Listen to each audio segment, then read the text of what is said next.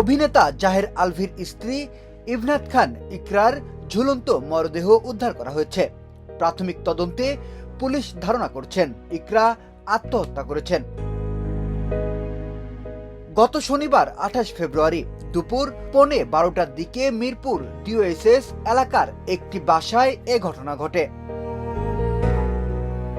পল্লবী থানার ভারপ্রাপ্ত কর্মকর্তা AKM আলমগীর জাহান বিষয়টি নিশ্চিত করে বলেন, শুনেছি তিনি একজন অভিনেতার স্ত্রী। দুপুর 11:15টায় গলায় দড়ি দেওয়ার অবস্থায় তাকে উদ্ধার করে পরিবার। এরপর কুর্মিটোলা জেনারেল হাসপাতালে নেওয়ার পর ডাক্তাররা মৃত ঘোষণা করেন। আলমগীর জাহান আরো বলেন, আমরা তাকে হাসপাতালে নেওয়ার পরই জানতে পারি। বাসার সিসি ক্যামেরা থেকে অন্য সব আলামত সংগ্রহ করেছে পুলিশ।